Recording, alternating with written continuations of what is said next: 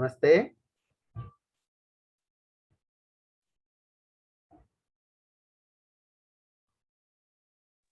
हरि ओम महोदय। नमस्ते सर। नमस्ते, हरि ओम।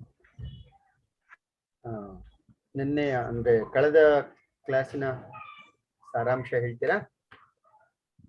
ಹಾ ಮಹೋದಯ. ಹಾ ಸರ್. ಭಗಿನಿ ನೀವು ಹೇಳ್ತೀರಾ ನಾನು ಹೇಳಲ್ಲ? ಹಾ ಹೇಳಿ.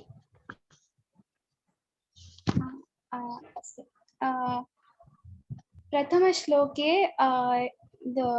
we get to know that Tarakasura has been blessed by boon by Brahma, Lord Brahma, that he can be killed only by a 7-day-old child and not by any other means or ways. Because of that, he has become very powerful and he is waging war over all the lords. And because of the boon by the Lord Brahma, he is winning over the lords, all the gods. And because of that, having no choice, all the gods run to Brahma Loka for solution from Lord Brahma. In the second shloka, they arrive to Brahma Loka, and as soon as they arrive, Lord Brahma appears, and here again there is a comparison. The Lord Brahma is appears to be very shining and is being compared with the sun, and the other gods who are there, they are being compared to a lotus which is shrinking its petals before the sunrise. These two comparisons are given so for the scenario that Lord Brahma is shining with the divine divinity, whereas the other gods have completely lost the divinity. It appears as though like that. In the third shloka, it is described how meticulously after thinking very carefully and with their insight and comprehension, they start praising Lord Brahma, and they offer their salutations to Lord Brahma. In the fourth shloka, it is expressed how they praise and how they start their praise. So they say that, oh Lord, that is Lord Brahma, you are the one who was before the creation and who created the creation, and after creating this universe, that is creation, you entered into it. And this creation, the cosmos which we have created, it has three qualities: sattva, rajas, tamas. And so since you created and entered into it, we offer our salutations to you. Please accept our salutations.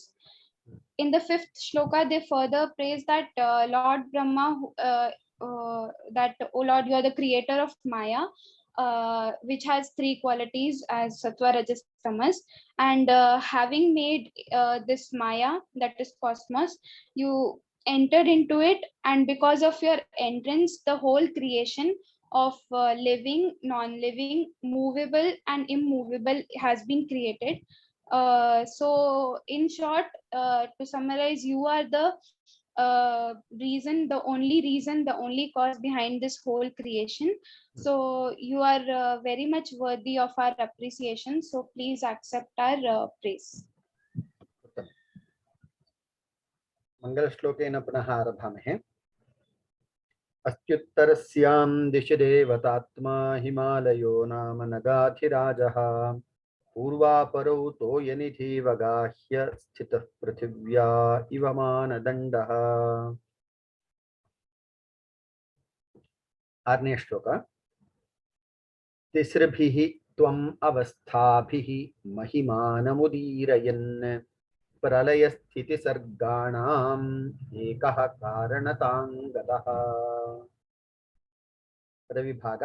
तिसृभिः त्वम् अवस्थाभिः महिमानम् उदीरयन् प्रलयस्थितिसर्गाणाम् एकः कारणतां गतः। ಬ್ರಹ್ಮನ ಮಹಿಮೆಯನ್ನು ವರ್ಣಿಸುವಂತಹ ಈ ಶ್ಲೋಕದಲ್ಲಿ ಸೃಷ್ಟಿ ಸ್ಥಿತಿ ಲಯ ಮೂರರ ಕರ್ತೃವು ಬ್ರಹ್ಮನೇ ಆಗಿದ್ದಾನೆ. ವಸ್ತುತಃ ಬ್ರಹ್ಮನಿಂದ ಸೃಷ್ಟಿಯು, ವಿಷ್ಣುವಿಂದ ಸ್ಥಿತಿಯು ಮತ್ತು ಶಿವನಿಂದ ಲಯವೂ ಉಂಟಾಗ್ತದೆ ಎಂಬುದು ಪೌರಾಣಿಕವಾದಂತಹ ಅಭಿಪ್ರಾಯ ಅಥವಾ ವಿಚಾರ. ಆದ್ರೆ ಈ ಮೂರರ ಸ್ವಭಾವವನ್ನು ಅವನು ತನ್ನದಾಗಿಸಿಕೊಂಡಿದ್ದಾನೆ. ಇವನಿಂದಲೇ ಈ ಮೂರು ನಡೀತಾ ಇದೆ ಎಂಬಂತೆ ಇಲ್ಲಿ ಹೇಳಲಾಗಿದೆ. ಮತ್ತು ಜಗತ್ತಿನ ಸೃಷ್ಟಿ ಸ್ಥಿತಿ ಲಯ ಕಾರಣಕರ್ತನಾದಂತಹ ಸ್ವಯಂ ಬ್ರಹ್ಮನು ಮತ್ಯಾವುದರಿಂದಲೂ ಕಾರ್ಯನಲ್ಲ. ಅಂದ್ರೆ ಅವನು ಅಕಾರಣನು, ಕಾರಣರಹಿತನು, ಎಲ್ಲದಕ್ಕೂ ಕಾರಣ, ಆದ್ರೆ ತಾನು ಯಾವುದರಿಂದಲೂ ಕಾರ್ಯ ಅಲ್ಲ ಎಂಬುದು ಈ ಶ್ಲೋಕದಲ್ಲಿ ಹೇಳಲಾಗಿದೆ. ಅನ್ವಯ ಹೀಗಿದೆ: ಏಕಃ ತ್ವಂ ತಿಸೃಭಿಃ ಅವಸ್ಥಾಭಿಃ ಮಹಿಮಾನಂ ಉದೀರಯನ್ ಪ್ರಲಯ ಸ್ಥಿತಿ ಸರ್ಗಾಣಾಂ ಕಾರಣತಾಂ ಗತಃ. ಏಕಃ ತ್ವಂ, ಸೃಷ್ಟಿಗೆ ಮುಂಚೆ ನೀನು ಒಬ್ಬನೇ ಇದ್ದೀಯ.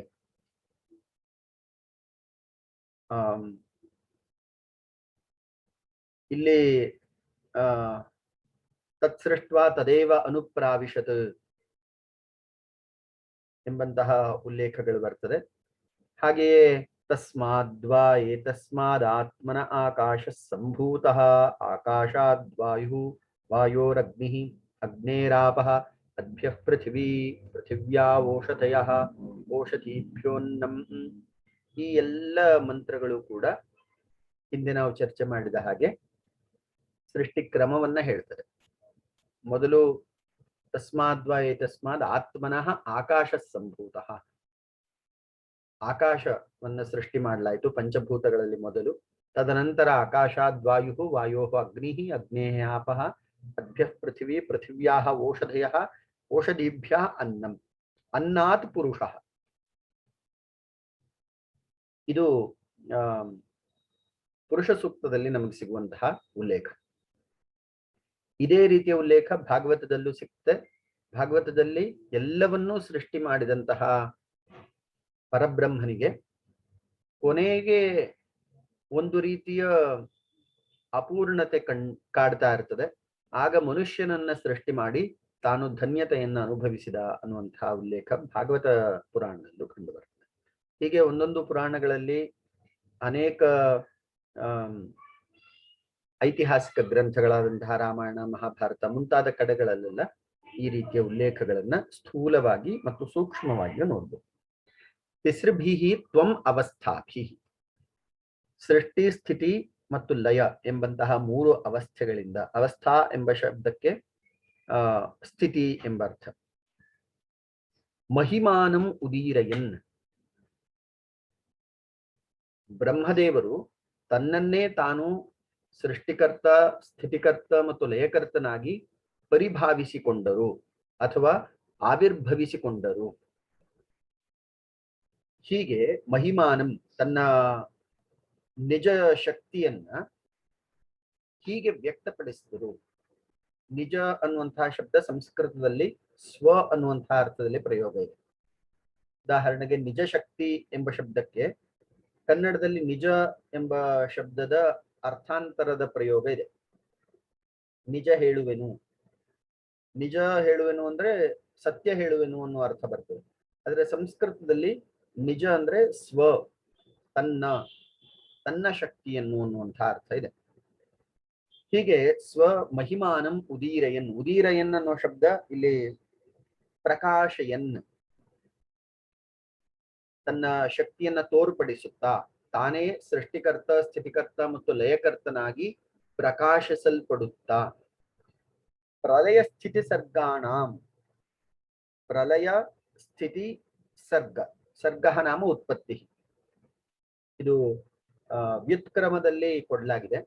ಲಯ, ಸ್ಥಿತಿ ಮತ್ತು ಉತ್ಪತ್ತಿ ಈ ಮೂರರ ಏಕಃ ಕಾರಣತಾಂಗತಃ, ನೀನೊಬ್ಬನೇ ಈ ಮೂರನ್ನು ಬೇರೆ ಬೇರೆ ಹೆಸರಿನಲ್ಲಿ ಮಾಡ್ತಾ ಇದ್ದೀಯಾ. ಸೃಷ್ಟಿಕರ್ತನೂ ನೀನೆ, ಸ್ಥಿತಿಕರ್ತನೂ ನೀನೆ, ಲಯಕರ್ತನೂ ನೀನೆ.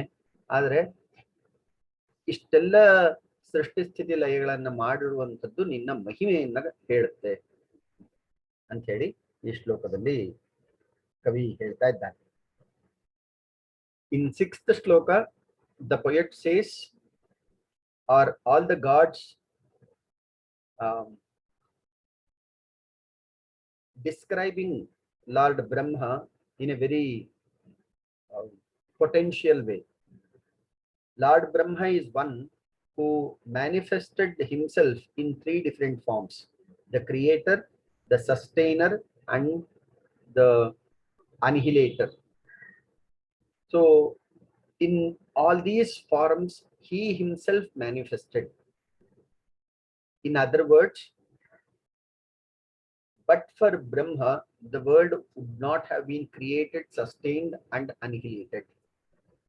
So he is the primary root cause for all the creation. And here Lord Brahma has been described in the way of his ability to function in 3 different forms. षष्ठे श्लोके ब्रह्मणः 3 स्वभावाः उपवर्णिताः. सः एव ब्रह्मा सृष्टिकर्ता स्थितिकर्ता लयकर्ता च वर्तते.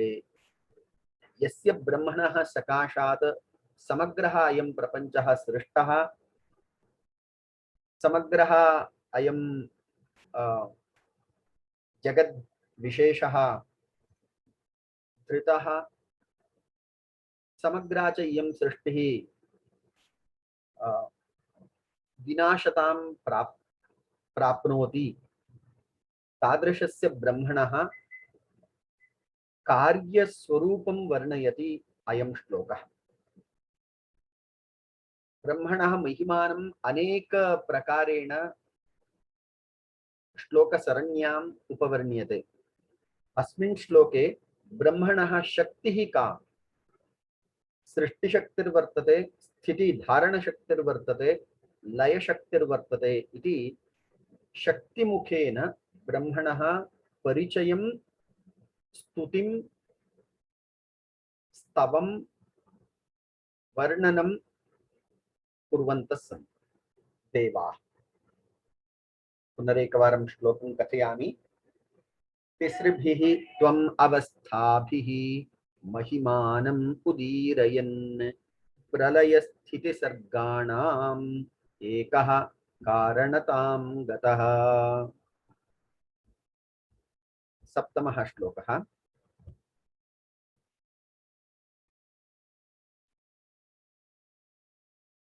स्त्रीपुंसौ आत्मभागौ ते भिन्नमूर्तेः सिसृक्षया प्रसूतिभाजः सर्गस्य तावेव पितरौ स्मृतौ.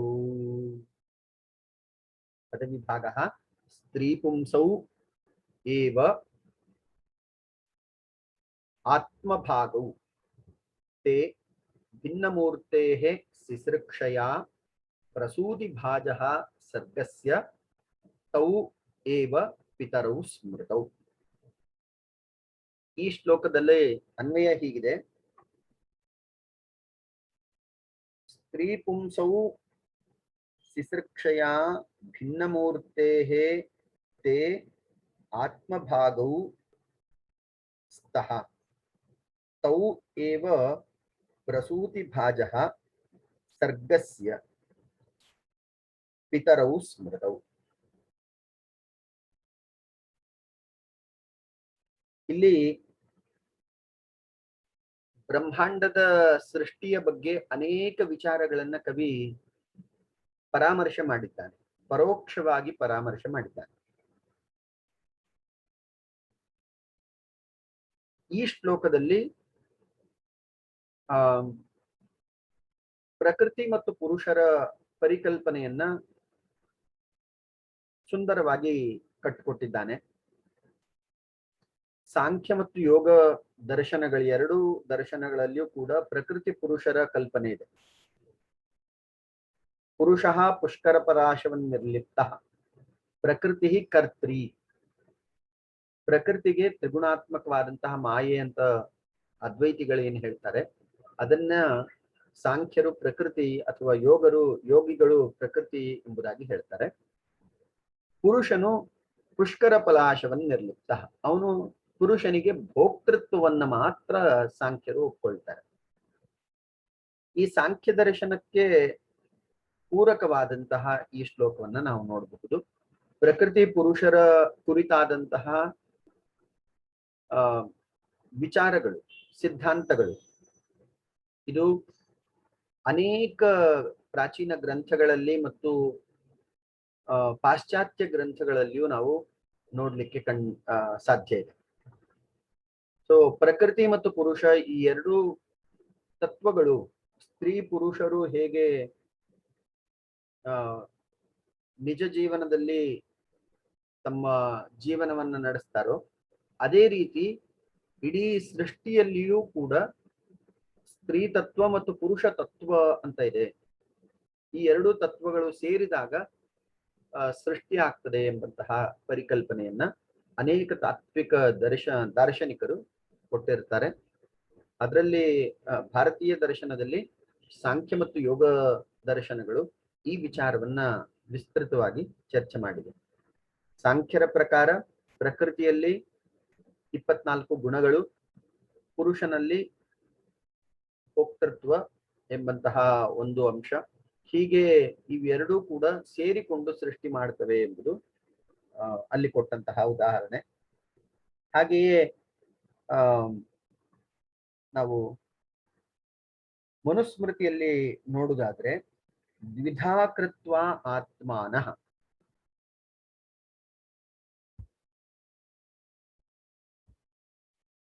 ಮನುಸ್ಮೃತಿಯ ಉಲ್ಲೇಖವನ್ನು ಇಲ್ಲಿ ವ್ಯಾಖ್ಯಾನಕಾರರು ಮಾಡಿರ್ತಾರೆ. ದ್ವಿಧಾಕೃತ್ವ ಆತ್ಮನಃ ದೇಹಂ ಅರ್ಧೇನ ಪುರುಷಃ ಅಭವತ್. ದೇಹಂ ಅರ್ಧೇನ ಪುರುಷಃ ಅಭವತ್, ಅರ್ಧೇನ ನಾರಿ ತಸ್ಯಾಂ ಸಹ ವಿರಾಜಂ ಅಸೃಜತ್ ಪ್ರಭು.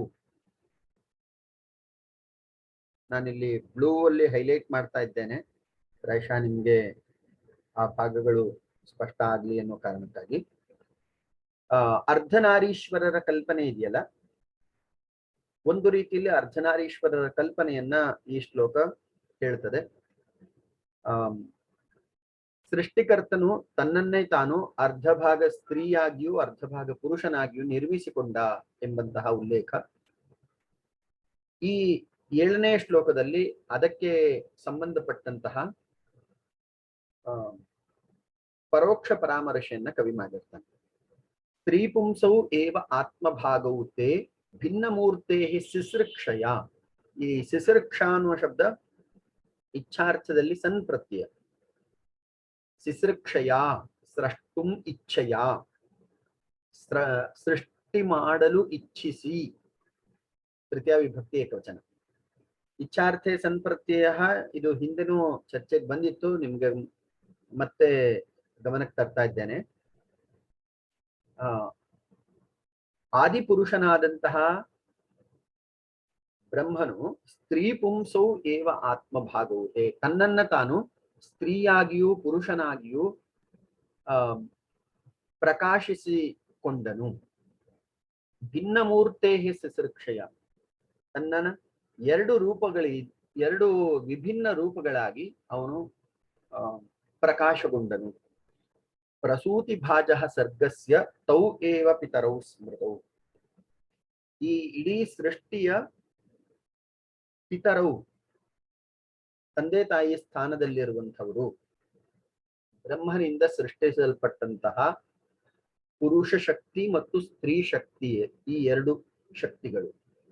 ಇದನ್ನ ನಾವು ಕಾಳಿದಾಸನ ರಘುವಂಶದ 1ನೇ ಶ್ಲೋಕದಲ್ಲಿ ವಾಗರ್ಥ ವಿವ ಸಂಪೃಕ್ತೌ ವಾಗರ್ಥ ಪ್ರತಿಪತ್ತಯೇ ಜಗತಃ ಪಿತರೌ ಒಂದೇ ಪಾರ್ವತಿ ಪರಮೇಶ್ವರವು, ಅಲ್ಲಿ ಪಾರ್ವತಿ ಮತ್ತು ಪರಮೇಶ್ವರ ಇವರಿಬ್ಬರನ್ನ ಜಗತ್ತಿನ ತಂದೆ ತಾಯಿ ಸ್ಥಾನದವರು, ಮಾತಾಪಿತರ ಸ್ಥಾನೀಯರು, ತೀರ್ಥರೂಪರು ಎಂಬುದಾಗಿ ಕರೆದಿದ್ದಾರೆ.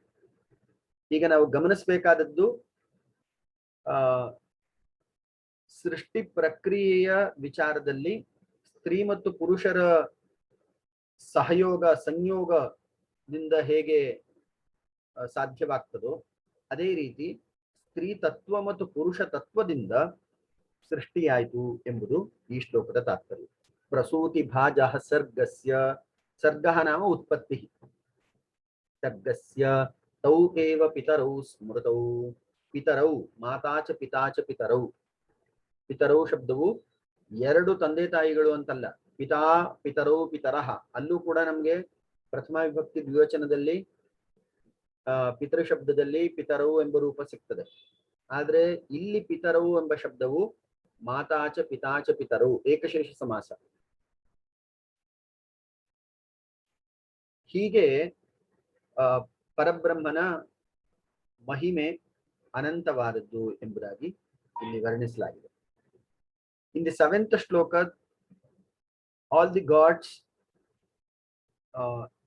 eulogize Lord Brahma, who manifested himself in the form of men and women. The force, these two energies are said to be the root cause for the creation. And Lord Brahma is the soul who manifested in these two forms, finally resulted in creating the whole cosmos. Hence, you in the sense Lord Brahma is worthy of our salutations. Saptame shloke sarve devaha भगवन्तं ब्रह्माणं पुनः पुनः प्रकारान्तरेण स्तुवन्ति. अयमेव ब्रह्मा यश्च पुरुषशक्तिरूपेण स्त्रीशक्तिरूपेण स्वात्मानं व्यदधात्. अयमेव ब्रह्मा यश्च समग्रस्य जगतः सृष्टिकर्ता. यथा लोके पुरुष स्त्री पुरुषयोः संयोगेन प्रजोत्पत्तिर्भवति, तथैव पुरुषशक्ति स्त्रीशक्ति रूपेण स्वात्मानं प्रविभज्य समग्रां सृष्टिम् अकरोत् इति अत्र कथयन्ति. एवं भवतः तत्र भवतः महतः ब्रह्मणः शक्तिः अपारा अनंता इति तेषां वचसां तात्पर्य. ಮತ್ತೊಮ್ಮೆ 7ನೇ ಶ್ಲೋಕವನ್ನು ಓದ್ತೇನೆ. ಸ್ತ್ರೀ ಪುಂಸೌ ಆತ್ಮಭಾಗೌತೆ ಭಿನ್ನಮೂರ್ತೇಃ ಸಿಸೃಕ್ಷಯಾ ಪ್ರಸೂತಿ ಭಾಜ ಸರ್ಗಸ್ಯ ತಾವೇವ ಪಿತರೌ ಸ್ಮೃತೌ.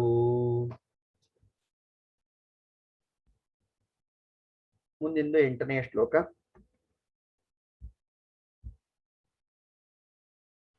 ಸ್ವಕಾಲ ಪರಿಮಾಣೇನ ವ್ಯಸ್ತರಾತ್ರಿಂ ದಿವಸ್ಯತೆ ಯೌತು ಸ್ವಪ್ನಾವಬೋಧೌ ತೌ ಭೂತಾನಾಂ ಪ್ರಲಯೋದಯೌ. ಈ ಶ್ಲೋಕದಲ್ಲಿ ಮೊದಲು ಪದವಿ ಭಾಗವನ್ನು ನೋಡೋಣ. ಸ್ವಕಾಲ ಪರಿಮಾಣೇನ ವ್ಯಸ್ತರಾತ್ರಿಂ ದಿವಸ್ಯತೆ ಯೌತು ಸ್ವಪ್ನಾವಬೋಧೌ ತೌ ಭೂತಾನಾಂ ಪ್ರಲಯೋದಯೌ. ಅನ್ವಯ ಹೀಗಿದೆ.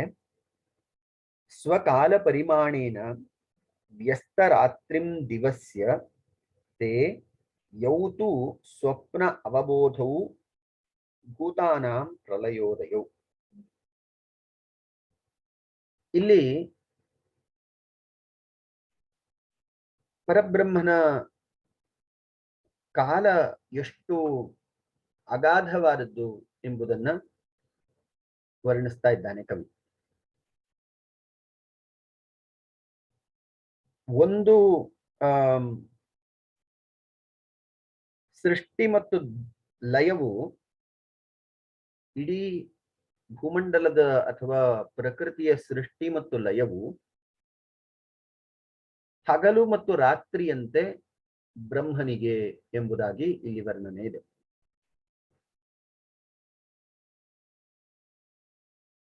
ಅಂದ್ರೆ ಸಮಗ್ರ ಸೃಷ್ಟಿ ಆಗಿ ಅದರ ಲಯವಾಗುವಂತಹ ಈ ಚಕ್ರ ಪರಿವರ್ತನೆಯು ಬ್ರಹ್ಮನಿಗೆ ಒಂದು ದಿನದ ಲೆಕ್ಕ. ಅಷ್ಟು ಅನಂತ ಕಾಲದ ಅಥವಾ ಕಾಲಾತೀತನಾದಂತಹ ನೀನು ಎಂಬುದು ಇಲ್ಲಿ ವರ್ಣನೆಯ ಮೂಲ ವಿಚಾರ.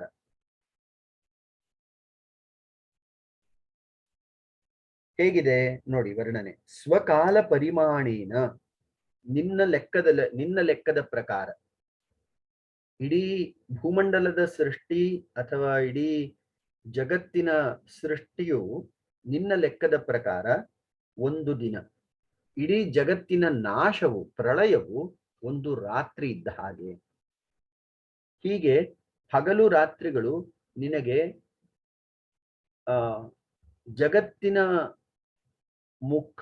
ಜಗತ್ತಿನ ಮೂಲಕ ಪರಿಚಯ ಮಾಡುವುದಾದ್ರೆ ಅಷ್ಟು ವಿಸ್ತೃತವಾಗಿದೆ ನಿನ್ನ ಹಗಲು ಮತ್ತು ರಾತ್ರಿ. ನಿನ್ನ ಸೃಷ್ಟಿ ಮತ್ತು ಪ್ರಲಯಗಳು ಮಹೋನ್ನತವಾದದ್ದು ಎಂಬುದಾಗಿ ಇಲ್ಲಿ ವರ್ಣಿಸ್ತಾ ಇದ್ದಾರೆ. ಸ್ವಕಾಲ ಪರಿಮಾಣೇನ, ಸ್ವ ಅಂದ್ರೆ ನಿನ್ನ ಕಾಲದ ಒಂದು ಅಳತೆಗೋಲಲ್ಲಿ ಹೇಳುವುದಾದ್ರೆ ವ್ಯಸ್ತ ರಾತ್ರಿನ್ ದಿವಸ್ಯತೆ, ರಾತ್ರಿ ಮತ್ತು ಹಗಲು. ದಿವ ಅಂದ್ರೆ ಹಗಲು. ಈ ರಾತ್ರಿ ಮತ್ತು ಹಗಲುಗಳು ಎಂಥವು ಅಂದ್ರೆ ಯೌತು ಸ್ವಪ್ನ ಅವಬೋಧವು ತೌ ಭೂತಾನಾಂ ಪ್ರಲಯ ಉದಯವು. ಜಗತ್ತಿನ ಸೃಷ್ಟಿಯು ನಿನ್ನ ಹಗಲಾದ್ರೆ ಜಗತ್ತಿನ ಲಯವು ನಿನಗೆ ಒಂದು ರಾತ್ರಿಯ ಸಮಾನ. ಅಷ್ಟು ವಿಸ್ತೃತವಾದಂತಹ ಕಾಲಮಾನವು ನಿನ್ನದು. ಅಥವಾ ನಿನಗೆ ಇಡೀ ಜಗತ್ತಿನ ಸೃಷ್ಟಿ ಮತ್ತು ಲಯವು ಅತ್ಯಂತ ಸಹಜವಾದಂತಹ ಪ್ರಕ್ರಿಯೆ. ಹೇಗೆ ಒಂದು ಜೀವಿಗೆ ಒಂದು ಹಗಲು ಮತ್ತು ರಾತ್ರಿ ಹೆಚ್ಚಾಗಿ ಮಹತ್ವವನ್ನು ಹೊಂದಿರುವುದಿಲ್ಲವೋ, ಅದೊಂದು ನೈಸರ್ಗಿಕ ಕ್ರಿಯೆಯಾಗಿರುತ್ತದೋ, ಅದೇ ಥರನೇ ಬ್ರಹ್ಮನಿಗೂ ಕೂಡ ಈ ಬ್ರಹ್ಮಾಂಡದ ಸೃಷ್ಟಿಯು ಸಹಜವಾದಂತಹ ಒಂದು ಪ್ರಕ್ರಿಯೆ ಎಂಬುದಾಗಿ ಹೇಳ್ತಾ ಇದ್ದಾರೆ. ಅಂದ್ರೆ ನೀನು ಅಷ್ಟು ಅನಂತ ಕಾಲವುಳ್ಳವನು, ಕಾಲಾತೀತನು ಎಂಬುದಾಗಿ ಇಲ್ಲಿ ವರ್ಣಿಸ್ತಾ ಇದ್ದಾರೆ. In the 8th shloka, all the gods describe Lord Brahma in terms of his time frame. The creation of the whole universe can be compared to a single day of Lord Brahma, and the annihilation, destruction of the universe is equal to one night. So such vast time frame he has. In the other words, he transcends beyond the time limits, and it is almost natural to have the creation and annihilation equally without any effort. अष्टमे श्लोके परब्रह्मणः एकं दिनं समग्रस्य जगतः उत्पत्तिकालस्य समानम्, उत्पत्तिकालेन समानम्. जगतः नाशकालः प्रलयकालः तस्य एका रात्रिः. एवं ब्रह्मणः दृष्ट्या अयं प्रलयः, इयं सृष्टिः अत्यन्तं सरला स्वभावयुक्ता नैसर्गिकी क्रिया इति वर्णयन्तः देवाः ब्रह्माणं प्रस्तुवन्ति.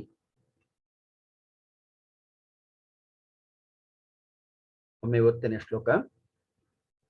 ಸ್ವಕಾಲ ಪರಿಮಾಣೇನ ವ್ಯಸ್ತರಾತ್ರಿಂದಿವಸ್ಯತೆ ಯೌತು ಸ್ವಪ್ನಾವಬೋಧೌ ತೌ ಭೂತಾನಾಂ ಪ್ರಲಯೋದಯೌ.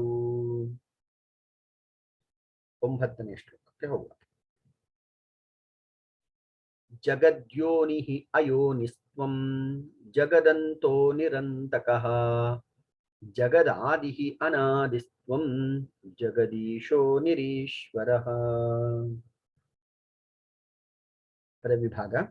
ಜಗದ್ಯೋನಿಃ ಅಯೋನಿಸ್ತ್ವಂ, ಜಗದ್ಯೋನಿಃ ಅಯೋನಿಃ ತ್ವಂ ಜಗದಂತಃ ನಿರಂತಕಃ ಜಗದಾದಿಃ ಅನಾದಿಃ ತ್ವಂ ಜಗದೀಶಃ ನಿರೀಶ್ವರಃ. ಈ ಶ್ಲೋಕದಲ್ಲಿ ಅನ್ವಯ ಹೀಗಿದೆ. ತ್ವಂ ಜಗದ್ಯೋನಿಃ ಅಯೋನಿಃ ಚ. ಇಲ್ಲಿ ಅನ್ವಯ ಕ್ರಮವಾಗಿಯೇ ಇದೆ ಅಂತಾನೆ ಹೇಳ್ಬೋದು. ಜಗದ್ಯೋನಿಃ ತ್ವಂ ಜಗದ್ಯೋನಿಃ ಅಯೋನಿಃ ಜಗದಂತಃ ನಿರಂತಕಃ ಜಗದಾದಿಃ ಅನಾದಿಃ ತ್ವಂ ಜಗದೀಶಃ ನಿರೀಶ್ವರಃ.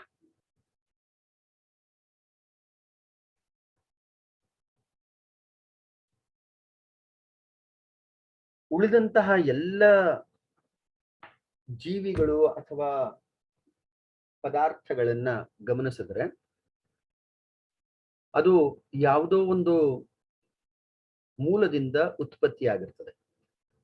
ಜೀವವಾಗ್ಲಿ ಜಡವಾಗ್ಲಿ, ಚೇತನವಾಗ್ಲಿ ಅಚೇತನವಾಗ್ಲಿ, ಯಾವುದೋ ಒಂದು ಕಾರಣದಿಂದ ಉತ್ಪತ್ತಿ ಆಗಿರ್ತದೆ. ಕೆಲವೊಂದು ಬಾರಿ ಮತ್ತೊಂದು ವಿಷಯವನ್ನ ಉತ್ಪತ್ತಿ ಮಾಡ್ತದೆ, ಮತ್ತೊಂದಕ್ಕೆ ಕಾರಣವೂ ಆಗಿರ್ತದೆ. ಹೀಗೆ ಎಲ್ಲ ವಸ್ತುಗಳು ಒಂದರ ಕಾರ್ಯವೂ ಮತ್ತೊಂದರ ಕಾರಣವೂ ಆಗಿರ್ತದೆ. ಆದರೆ ಬ್ರಹ್ಮನು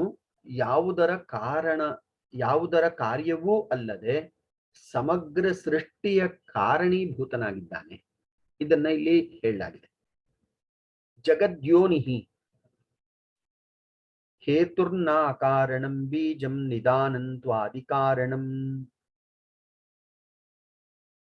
ಇಲ್ಲಿ ಜಗತ್ತಿಗೆ ಕಾರಣೀಭೂತನಾಗಿದ್ದಾನೆ ಸೃಷ್ಟಿಕರ್ತನಾದಂತಹ ಬ್ರಹ್ಮನ್. ಜಗದ್ಯೋನಿಃ ಅಯೋನಿಸ್ತ್ವಂ. ಆದ್ರೆ ನೀನು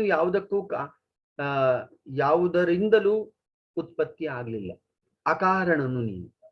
ಅಯೋನಿಃ ಅಕಾರಣ. ಆದ್ರೆ ಜಗದಂತಹ, ಜಗತ್ತನ್ನ ನಾಶಪಡಿಸುವ ಸಾಮರ್ಥ್ಯವುಳ್ಳವನು ನೀನು. ಆದ್ರೆ ನಿರಂತಕಃ, ನಿನ್ನನ್ನ ನಾಶ ಮಾಡ್ಲಿಕ್ಕೆ ಯಾರು ಸಮರ್ಥರಿಲ್ಲ. ಮತ್ತೊಂದು ಮುಖದಲ್ಲಿ ಜಗದ ಆದಿಹಿ, ಜಗತ್ತನ್ನ ಸೃಷ್ಟಿ ಮಾಡಿದ್ದು ನೀನು, ಆದ್ರೆ ನಿನ್ನನ್ನ ಯಾರೂ ಸೃಷ್ಟಿ ಮಾಡಲಿಲ್ಲ. ಅನಾದಿಸ್ತ್ವಂ, ನೀನು ಕಾಲಾತೀತನು. ಹಾಗೆಯೇ ಜಗದೀಶಃ ನಿರೀಶ್ವರ, ಜಗತ್ತನ್ನೇ ನಿನ್ನ ಸೂತ್ರದಲ್ಲಿ ಬಂಧಿಸಿದ್ದೀಯಾ, ಹಿಡಿತದಲ್ಲಿ ಇಟ್ಕೊಂಡಿದ್ದೀಯಾ. ಆದ್ರೆ ನಿನ್ನನ್ನ ಯಾರು ಬಂಧಿಸ್ಲಿಕ್ಕೆ, ನಿಯಮನ ಮಾಡಲಿಕ್ಕೆ ಸಾಧ್ಯ ಇಲ್ಲ. ಹೀಗೆ ಜಗತ್ತಿನ ಉಳಿದ ಎಲ್ಲಾ ಚರಾಚರ ಪದಾರ್ಥಗಳು ಬ್ರಹ್ಮನಿಂದ ಹೇಗೆ ಭಿನ್ನ ಎಂಬುದನ್ನ ಈ ಶ್ಲೋಕ ಸುಂದರವಾಗಿ ಹೇಳ್ತದೆ. ಇದರಲ್ಲಿ ಕವಿ ವಿರುದ್ಧಾರ್ಥಗಳನ್ನ ಜೋಡಿಸಿ ಹೇಳ್ತಾ ಇದ್ದಾನೆ. ಉದಾಹರಣೆಗೆ ಜಗದ್ಯೋನಿಃ ಅಯೋನಿಸ್ತ್ವಂ, ಜಗತ್ತಿಗೆ ನೀನೇ ಕಾರಣ, ಆದ್ರೆ ನಿನಗೆ ಯಾರೂ ಕಾರಣ ಅಲ್ಲ. ಜಗದಂತಹ ನಿರಂತಕಃ, ಅಂತ ಶಬ್ದವು ಅಂತ ಅಂತಕ. ಯೋನಿಃ ಜಗದ್ಯೋನಿಃ ಅಯೋನಿಃ ಜಗದ್ ಆದಿಃ ಅನಾದಿಃ ಜಗದೀಶಃ ನಿರೀಶ್ವರಃ. ಹೀಗೆ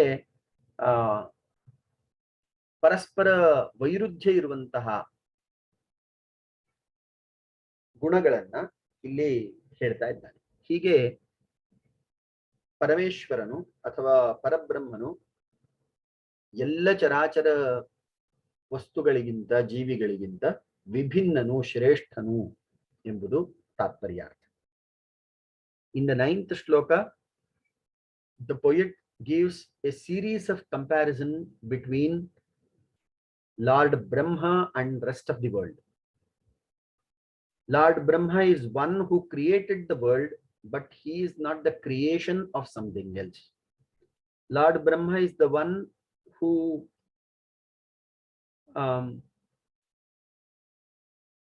in whom the whole world finds the final abode, or it finally emerges, or it finally enters into Lord Brahma after annihilation, destruction. But Brahma doesn't annihilate or destruct himself. He is the supreme soul. At the same time, he regulates, he has the controlling power of the entire cosmos.